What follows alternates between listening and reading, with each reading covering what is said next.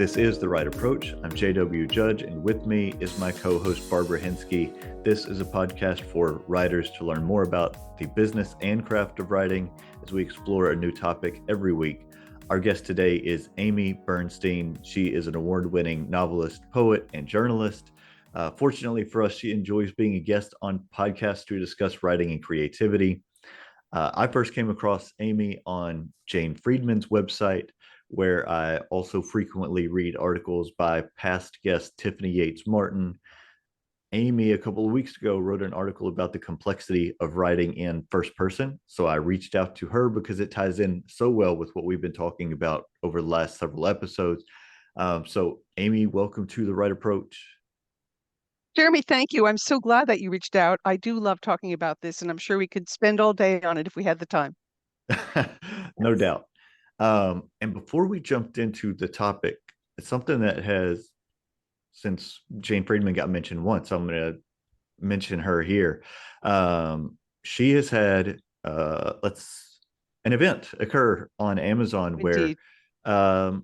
someone has been publishing books under her name that came up on her account, and this has been very much front and center in the news. I saw today that she posted on Instagram an interview she did with Fox News. So this is becoming mainstream news. It ties in with a past episode we did on here with Dave Chesson, which was episode 25 earlier in the spring of this year, of shenanigans that are widely occurring in publishing and particularly surfacing on Amazon, that we all need to educate ourselves about and stay on top of. Particularly people like Barbara, who is so much commercial success. Barb, I don't know that you've seen any of this happen in your field yet, with other authors in your network, but I expect it's coming. Yeah, I do too. It something that keeps me up at night. You know, pirating always happens, and there's very little you can do about that as a practical matter. But this is crazy making. I'm glad that Jane is taking it so public. Mm-hmm. I'm so glad you brought this up too, Jeremy, because in fact, I've written about this twice in the last week. I wrote about it as well on LinkedIn right when the news broke around Jane, and it sparked a great deal of discussion. And I do think that Amazon was really dragging its feet to try and pay attention to this matter and to rectify it for her. There's no excuse for that, because it's only going to get worse. And the recourse that authors and others who are having their work either imitated, stolen, copied, scraped. It's a huge problem that's just mounting in front of us. I also posted about this on Medium just within the last day, because I think that we're facing a kind of an existential crisis with AI sort of trying to steal in and do the thinking for us. I think there's a huge difference between using AI to read an X-ray to detect cancer cells and AI being braided into a novel or something of that sort, without being acknowledged that it's machine intelligence and not human intelligence. So we're facing some big problems here. It keeps me up too.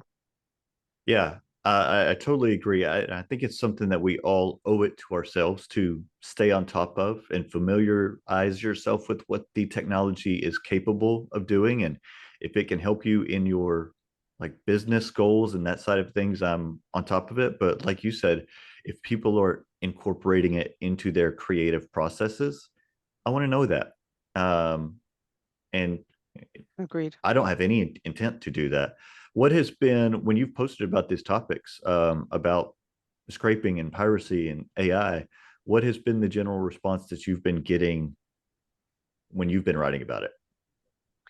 Well, it's interesting because on LinkedIn, this sparked sort of hundreds of views and dozens of comments and reposts, and it showed me that there are so many of us out here who are truly concerned about this. We don't know what to do. I mean, I'm not an expert in any of this technology. I can't explain to you how it works. I can barely throw the lingo around, right? Talking about, bots and scraping and algorithms and nice big words that I don't know what goes on behind the scenes, but people are truly concerned and upset. And I think that we're all looking to, I mean, one of the points I made is I'm certainly hoping that government and of course the private sector really learn from past mistakes and step up and try and get ahead of this. I know that Congress has even had conversations about this, but I don't have a lot of hopes there for too much, uh, anything with teeth in it. So it really is concerning. I feel that we are increasingly seeding um, core identity issues into basically corporate profiteers. And I better stop sounding too political there, but I'm being honest. Oh, and I appreciate that. And I know that we are not, Yeah. authors are not the only group of folks who have significant Mhm. concerns about this, because it's a significant part of, at least from my understanding, I don't have personal involvement of it, but the screenwriters who are striking, a Right. significant part of their concerns is that they are going to be edged out and looking for assurances that that isn't going to be the case. So, yeah, obvious reasons for concern. Um, but let's pivot to more encouraging things that we have more control over. The article of yours that I read was called "The Peril and Promise of Writing in First Person POV." So let's start with the promise of writing in first person, and what that, like, the benefits that you've derived from it when you've done it. What can that do for us that perhaps other perspectives can't? I do think it's extremely hard to do well. And of course, there are many authors through the centuries who have done it well. And when it is done well, we, the reader, go on a journey of such close identification with that character who is speaking in the I voice. And it's really a kind of a delicious way to throw ourselves into another personality and to, fear what they fear, to experience the danger that they experience. And it could be just a wonderful way to break down the wall between sort of the story and the reader when you really are brought into a fully built and expressed and communicated world through that one head. Are there genre considerations to manage when you're trying to figure out what perspective to tell a story from? Absolutely. And I'll even speak from personal experience on that. When I submitted a manuscript for a romance novel a couple of years ago, the editor said that she really liked the story, but that I immediately had to switch from first person to third person, or she wouldn't consider it. And so um, there are many genre considerations when you choose to use first person. I do think, and I make the point in the article, that it can be very useful if in things like crime fiction, where you really get to identify with the detective and solve the mystery alongside them. And of course, writers who have made neurodivergent characters the main character of the book have very daringly used first person to get inside heads that where thought processes may not be that much like our own. And that takes tremendous skill. And so I do think that there are genre considerations. I mean, I think if you're going to write a really swashbuckling space fantasy, you're much better off with a broad cast of characters and using third person than perhaps sticking somebody inside just one person's point of view. So these are things that writers do need to think about. But Yeah, I it know, seems like chick lit is very first person. Hmm. You really, it's kind of almost jarring to read it when it's not, but you're right. A big cast of characters, Game of Thrones kind of thing would be a nightmare. And also middle grades and young adult fiction is a lot of it is first Yeah. person because the writer is really trying to encourage that young reader to identify closely with the main character and sort of sort out their own emotions and experiences with the main character in a first person setting. I know, so you just used the word swashbuckling, which I love. And I remember that in the article you made reference to Moby Dick, which, he starts off with "Call Me Ishmael," and I just listened. I have a very nerdy streak, so this weekend I listened while I was doing yard work to 4 episodes of Freakonomics that were all about whale hunting and whaling and So there was certainly talk of Moby Dick there. And, I think that one of the things that Ishmael does for us is when I first read it, I think I actually read it for the first time after college. And it struck me about how funny that book was. And I did not anticipate the humor and that closeness from that perspective, allowed you to, especially in those opening chapters where he's Exactly. bunking with Queequeg, who comes in and he's just this hulking guy who like is just unexpected. And, his all these things that are occurring to him and the closeness of telling that story really added a lot of just flavor. I think we have to remember too that at the time, let's just say, it was 19th century, but it's not the only time when Melville was writing. The the publishing industry didn't impose such rigid rules and expectations on the author as to what they were going to produce. I mean, the writer really wrote what the writer wanted to write. And if he wanted to break third and fourth walls, and if he wanted to slip from first to third and do all these things, whatever he wanted, if he wanted to insert chapters of historical, exposition where we lose the voice for long stretches, he could just do that. Now, he wouldn't get away with it today, but I think I think it is so interesting to look at how writers in the past made those choices, especially as I'm in the middle of reading a late Henry James novel, which is very challenging, and how he uses his omniscient voice mixed with sort of an extremely close third person voice in these really intensely almost claustrophobic ways. And I really do not think that that book would be published today, nor do I think you could ever have done it in first person. So all these things shift and change with time. It's fascinating. I'm curious, do you, for your own pleasure reading, do you read differently than, do you also read for just learning the craft, like some of these old classics? As an author and as a certified book coach who works with other authors, many authors will feel this way as well. It's really, really difficult now to read for pleasure. I cannot not analyze structure, dialogue choices, scene choices, pacing, you name it. I'm analyzing it every time. One of the reasons that I go reread much older fiction is I can uncouple myself from the rules of contemporary fiction and say, well, this book was written in 1840. I mean, it is what it is. But it's very difficult to read for pleasure because I'm constantly analyzing structural choices that or other choices that the author has made. Wonder if it would be easier. I mean, it's too bad because reading, we're all authors because we love books, we love to read. And then Right. you get into this biz and like, okay, well, I've spoiled, I poisoned the well for myself.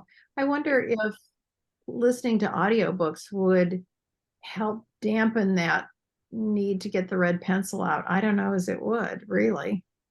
I will tell you that for me, it does not. For Yeah. example, because most of the books that I consume now are audiobooks, probably well over 90%, because I can listen to audiobooks while I'm driving or doing yard work or doing any number of other things. Whereas sitting down and reading is not something I just have very much time for right now. I do it at the end of the night, like after my wife has fallen asleep watching whatever show we're watching.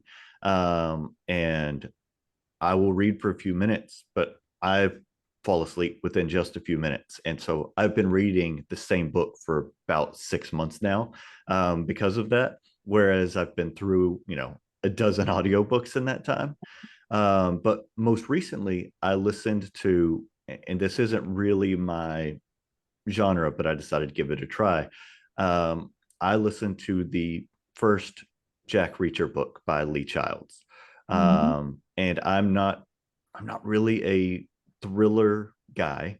But and one of the things I noticed was how it's told in the past tense and how verb choices, even in the last 20 years, of saying something in the past. Hang on, I have to think about my grammar. I even used to teach grammar, as opposed to saying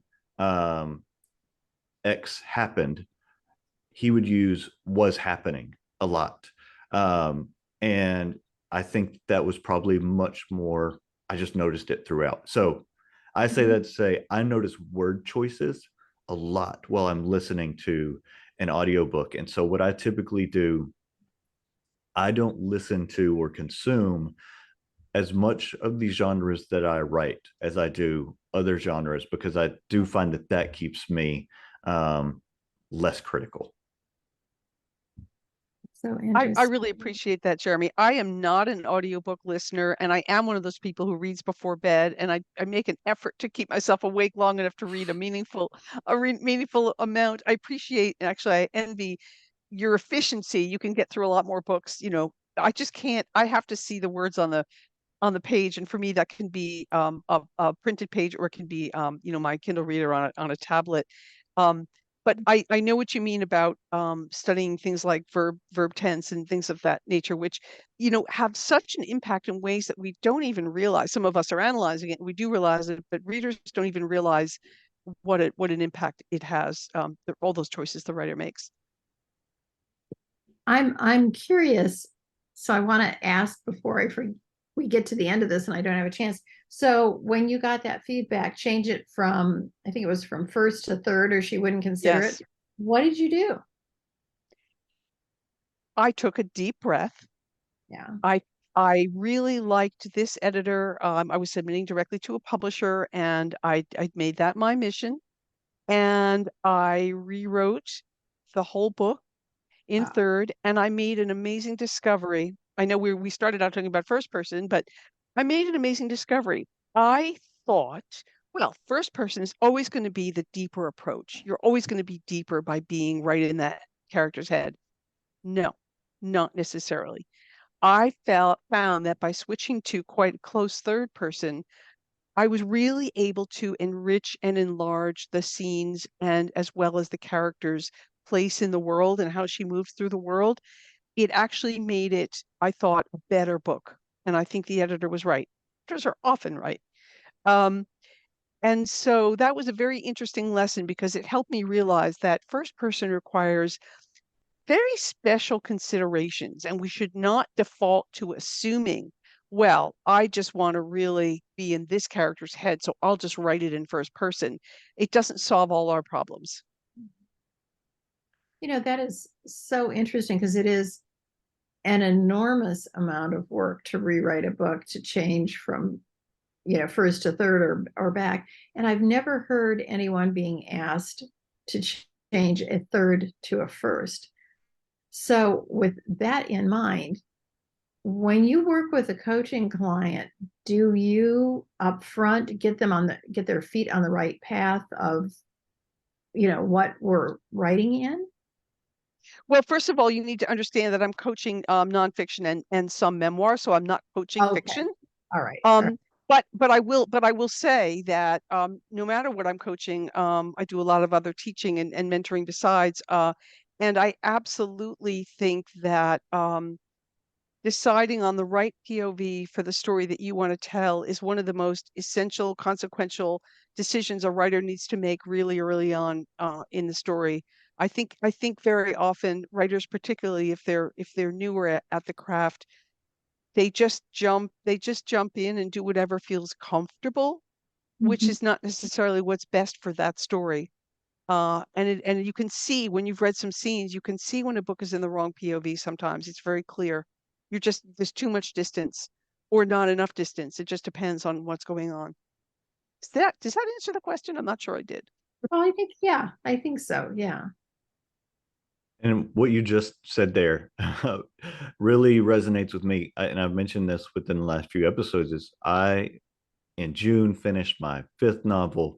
When I started writing it, I wrote the first 11 chapters in third person and was just wrestling with it, and ultimately decided that story needed to be told from first person. And so I went and converted all of those to first person and wrote the rest of it that way, and feel strongly that that was the right point of view for that story. I had only written from first person in a short story before. Everything else has been third. And the one I'm writing, have started on now, is in third, and I think I like third better. Um, it's certainly more comfortable for me, but it was definitely true for me that the other story, the best telling of it was from first person. So why do you think that is? What is it about that story that we really needed to hear that I voice throughout? So that story is, I tell people that it is a cross between the Tom Hanks movie Castaway and Agatha Christie's And Then There Were None. So it's a murder mystery set on an island. Some terrible things are happening to this cast of people that get in a plane crash and are stuck there together. And I wanted the reader to experience it in a way that the narrator doesn't know what's happening. And the reader is learning everything as they were learning it. And so it felt like the most authentic way to tell that story, and for everyone to discover things at the same time, was for it to be within that first person, so that there is no way to know what that person doesn't know, because they're telling you like, this is what's happening. And you know because there are ways within third person, even when it's close, for the narrator to say things to the reader that that person doesn't, that the your point of view character doesn't know. And I just wanted to eliminate that, or any kind of false suspense or anything of that nature. I think that you've articulated some really interesting reasons and compelling reasons for choosing a particular POV. And in this case, you chose first. And one of the things that you're reflecting is that you really understand the world of your book and the world building that you're doing in that story. These are characters who are in dire straits, and they don't know what's coming at them next. And so by putting this in that sort of that present head, we're going to learn what that person learns.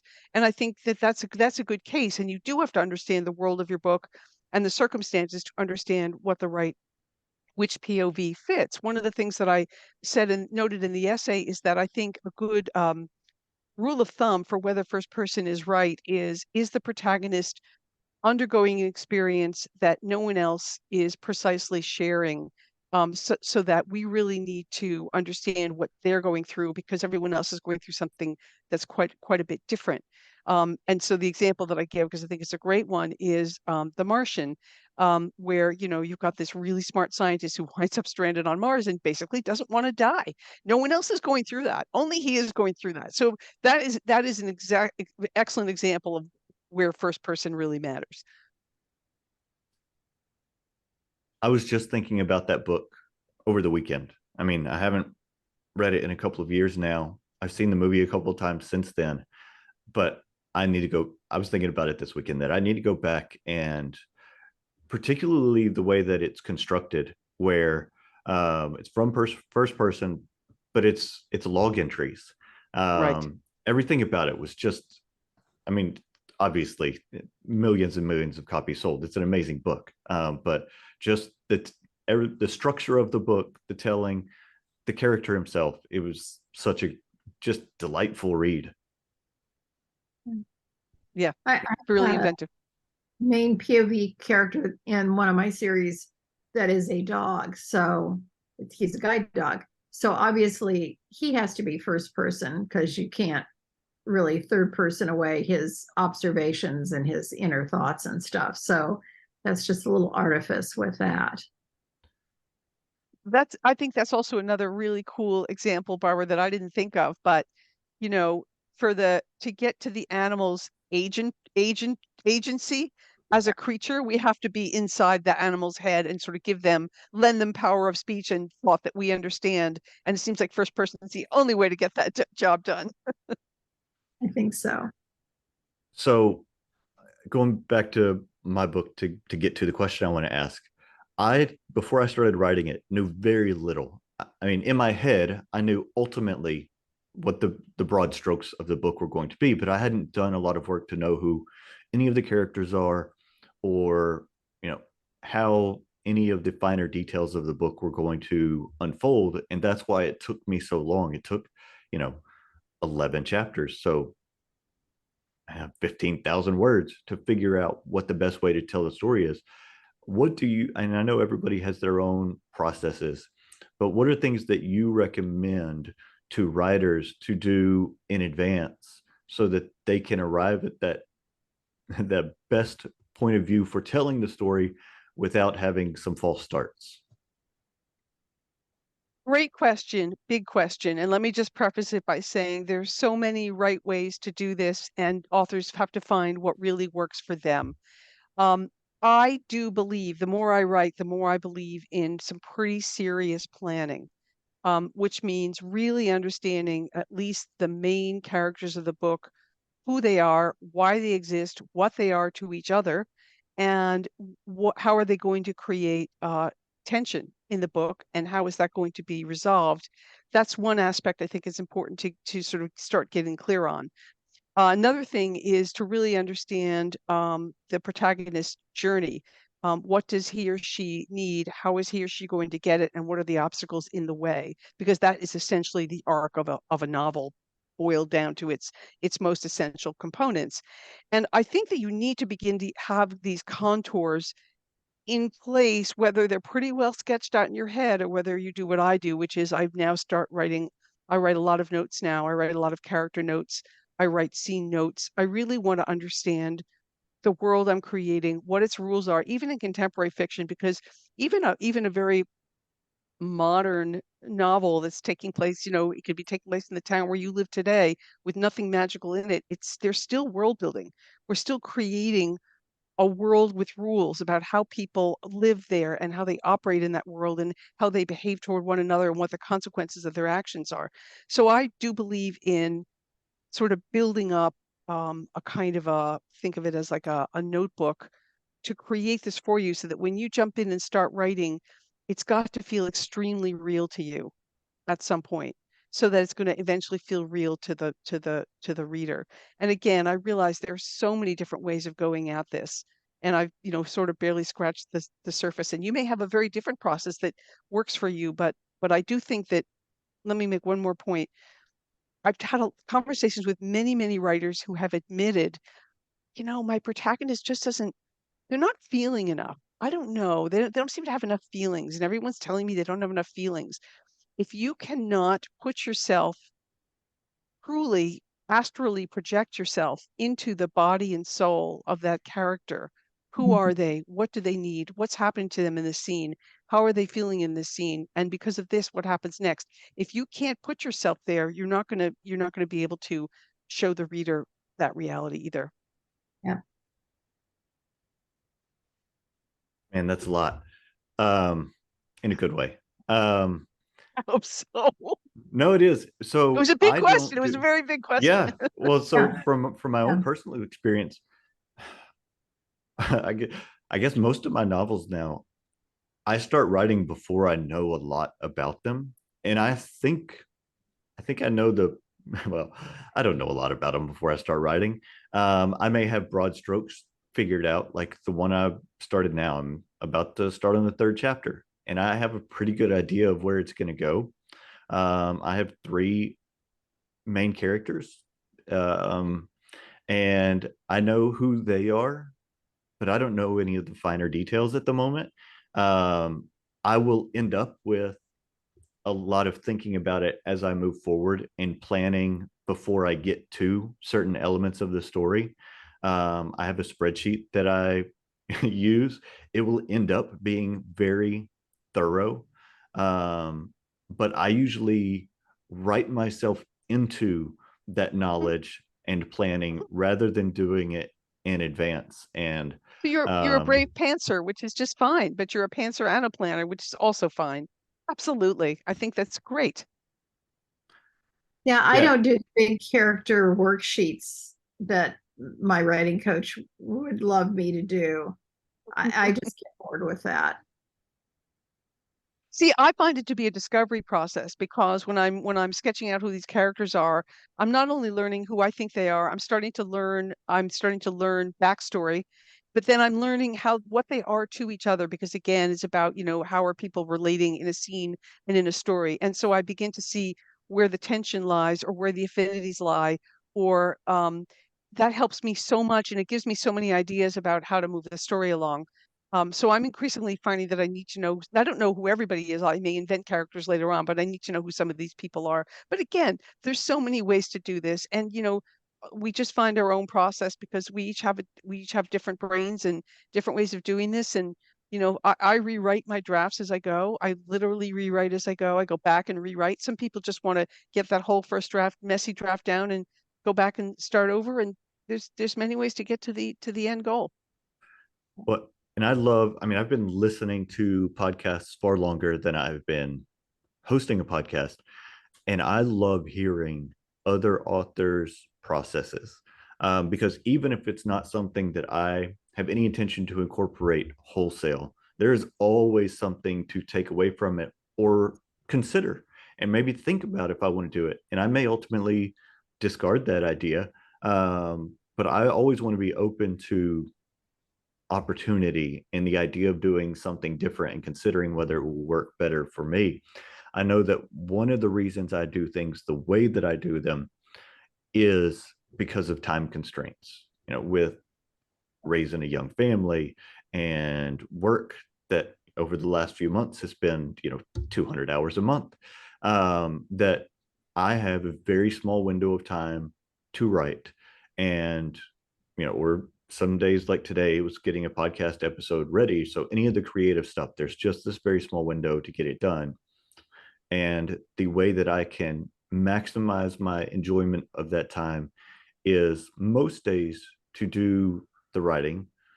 Some days it's procrastinating by working on covers or different things like that that keep my brain engaged in the book, but I'm not actively writing and I'm just ruminating on some things. But the planning in advance is not something that I do or strongly consider or even enjoy.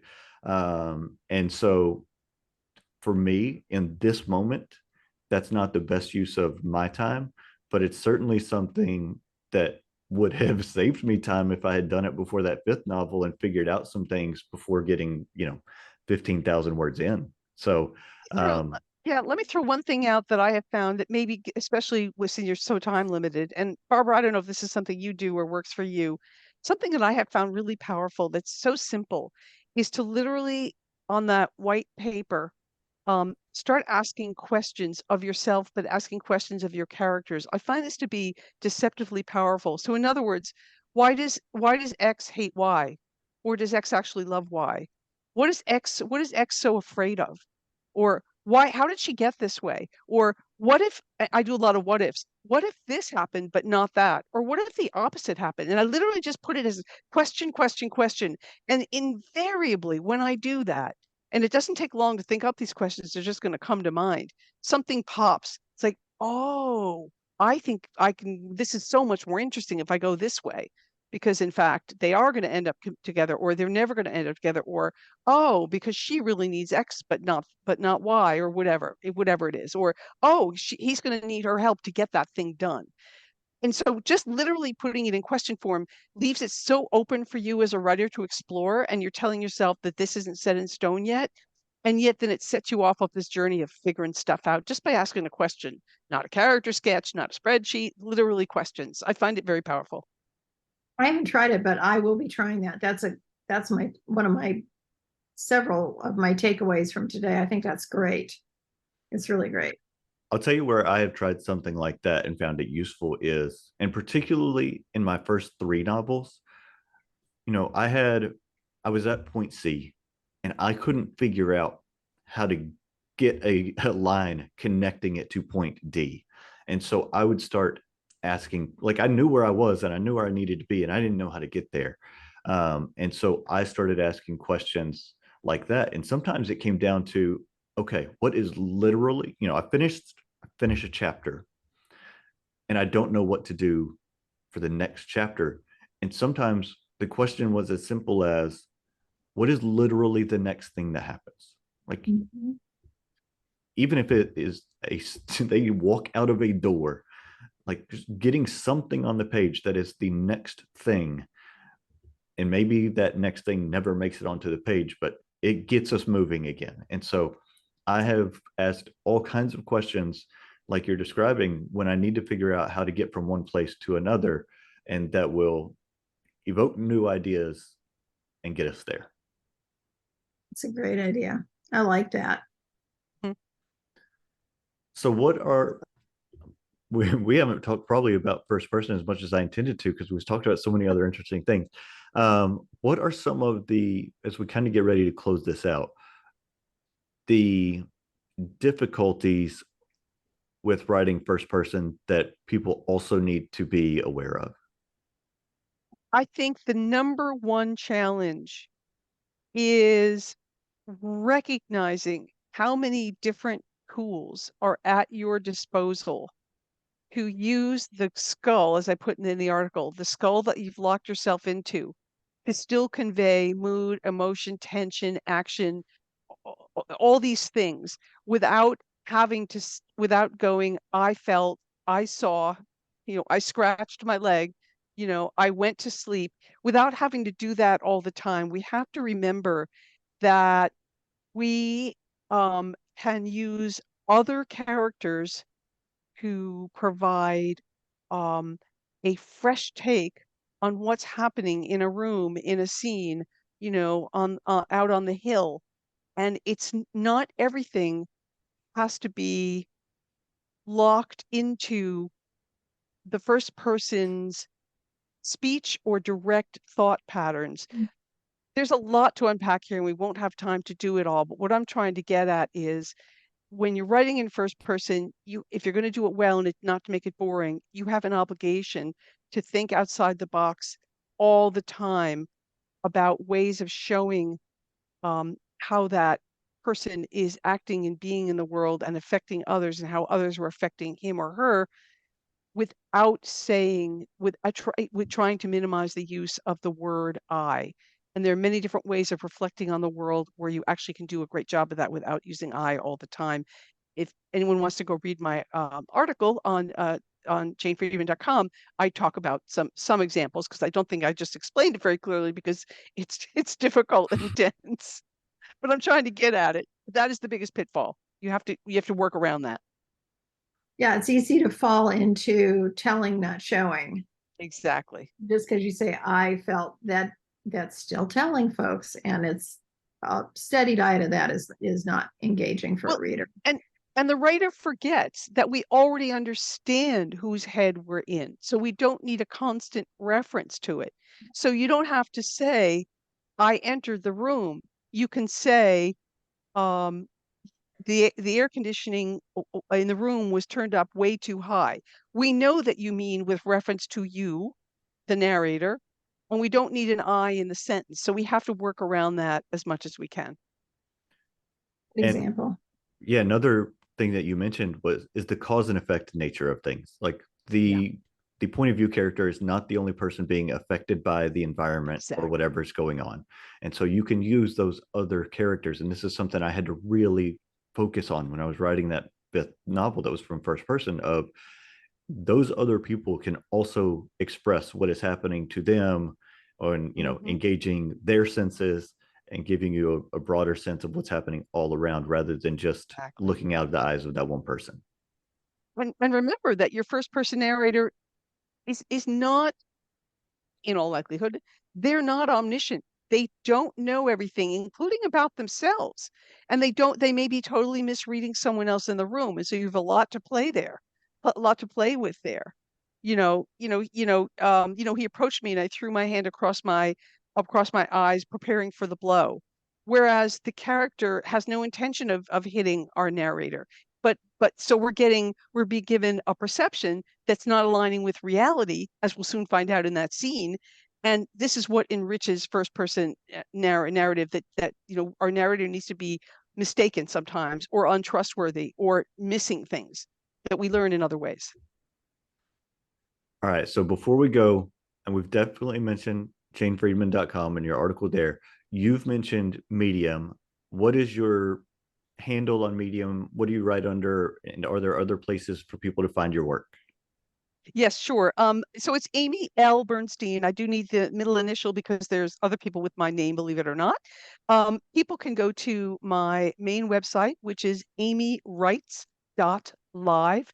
It's just AMYWRITES .live, not .com, not .net. That's where you can find all my books. You can find information on the courses I'm teaching.